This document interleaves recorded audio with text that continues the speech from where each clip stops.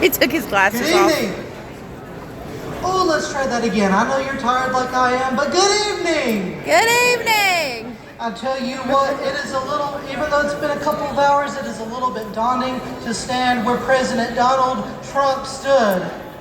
I tell you, I think I understand why, how it is that Joe Biden must feel every time he looks at a set of stairs. And in Georgia, we know what we mean when I say, bless your heart. My grandfather served in the Pacific Theater during World War II. And when I was in high school, my grandfather said, the America we are living under now is not the America that my classmates and I fought for. And that sent chills down my spine. And it was that sentiment that led me to create Young Republicans in Northeast Georgia, to serve as a county officer in White County, to become the Assistant Secretary of the 9th District GOP, to fight against social justice initiatives in White County, and to run for this position now. But the most important thing I have ever done in my life so far is to serve as a minister of worship and youth at my church.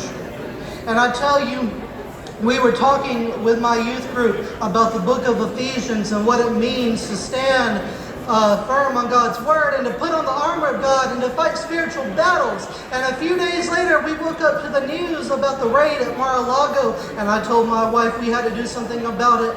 And God reminded me about the verse about that we do not wrestle against earthly authorities, but our fight is in the heavenly realms.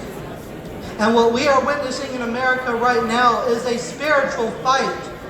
And that is why we need men of God to take a stand and to say to the left, you will not pervert our institutions any longer.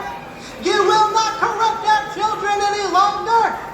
You will stop this destructive fight to destroy the moral foundations upon which America was built upon. And so I am running for this position because I believe that there are two things that need to happen if we are to take our country back. The first thing is we got to spend time on our knees every day in prayer to the Lord. Woo! The second thing is, and this is what I promise to you if I become your next assistant secretary, is we've got to give the grassroots a greater seat at the table. We've got to ensure that our messaging is directly to the people, because the truth is, as I learned the hard way, we cannot rely on the media to fully or accurately convey our story. We cannot rely on 30-second or minute ad spots.